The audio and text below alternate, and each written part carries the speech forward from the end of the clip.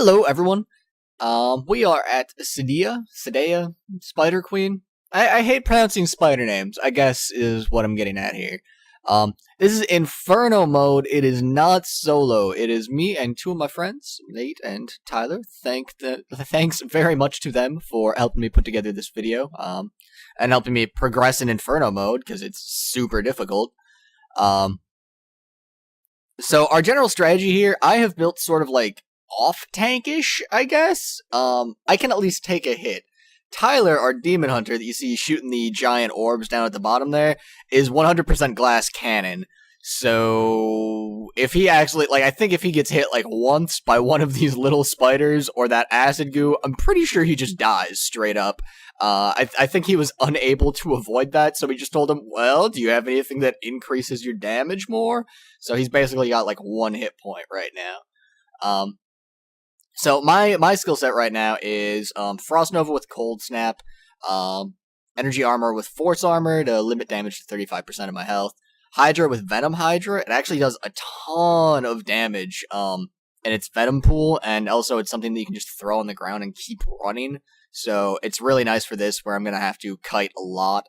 You can see me throwing down Blizzard there. I've got Snowbound to decrease the arcane power cost of that, so that I can spam it a lot.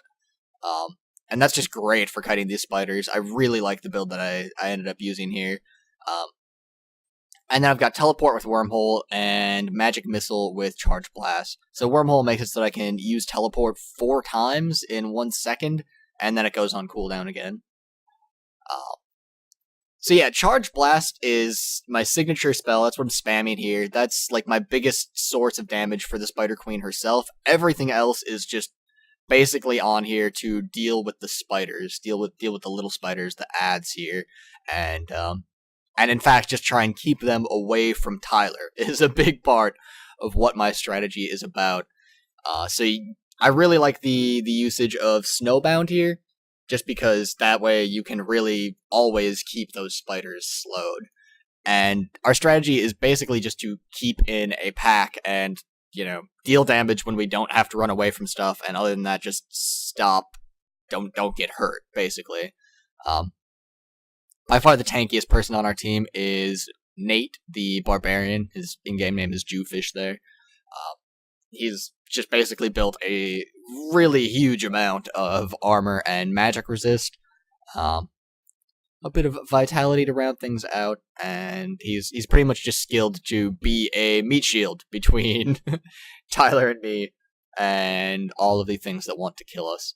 Although I think he realized that he wasn't going to be able to straight up tank all of those spider ads, and that everything moves so slowly. So I think he does have his Guardians skill. We saw him use that, or Ancient Guardians, Ancients. Yeah, they're Ancients. That's what they are.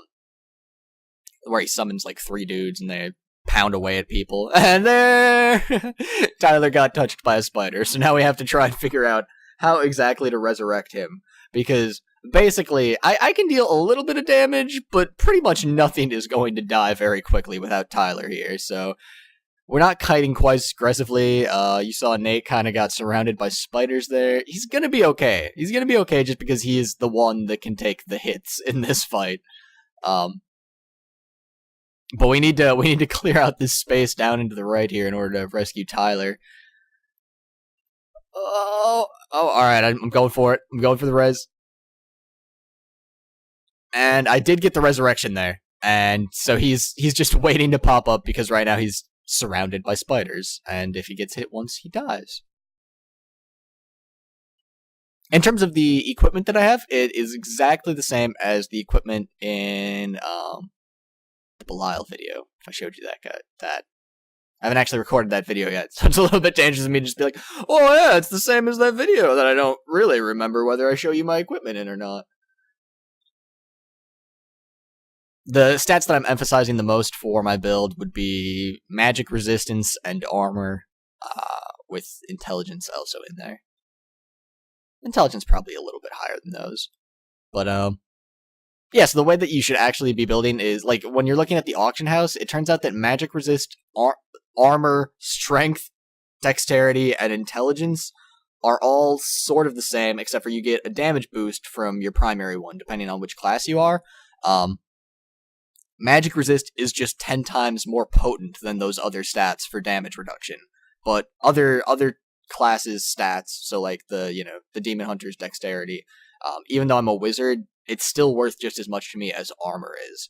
And because of the multiplier of 65%, additional armor from force armor, or energy armor rather, and if you use prismatic armor, it increases even your magic resist as well. Those actually end up being great stats to build for wizard. Vitality is not as great because, simply because while it increases your survivability, it also decreases the effectiveness of health potions, if that makes sense. Like, if you just have a ton of armor and magic resist, your health is worth more. Like, each point of health is more difficult for the enemy to take away from you. But it doesn't decrease how much a healing potion heals you, so it ends up being a little bit better to build a whole bunch of armor and magic resist rather than vitality or health. Other than that, yeah, you just want to be looking at the auction house and kind of picking up the best bargain stuff that you can. It's sort of tough to give a hard and fast rule on that. All of those blizzards. So here we're actually getting caught off a little bit. We ended up with some spiders in front of us, spiders behind us as well, and the Spider Queen is so close to dead, but there's just no way that we can kill her through this giant mass of spiders here. Oh! So I start trying to get aggressive here, because she's really low, and so I actually, like, flashed past all those spiders, but she just runs away. She's a sissy. Oh, there was such a troll on her part. Such a troll. Oh, I'm so close to dead. Nope, I'm leaving. You can't kill me. Ha ha ha. She appears down here. This, so yeah, with this setup, we actually only died once on Inferno mode trying to kill this boss. So, actually, a pretty effective setup. I'm trying to think if there's a better option for the Barbarian, but Nate gets us out of a lot of things that could otherwise get really ugly here, so I actually think that he's a valuable member of the team for sure. Myself, I'm obviously the most important. Now, actually, Tyler is, in terms of, like, gameplay, in terms of who, like, if they die, we're screwed, Tyler's probably the most important. He is all of the damage in this build. Where is that Spider Queen? As soon as she comes down, we're just gonna kill her. Just come down. Come on, Spider Queen. There she is. There she is. Get her! Yeah! And that is how you kill the Spider Queen on Inferno mode, turns out. Click on back to the plotline video, check that out, and the next boss that you're going to see is Asmodan. It'll be just around the corner.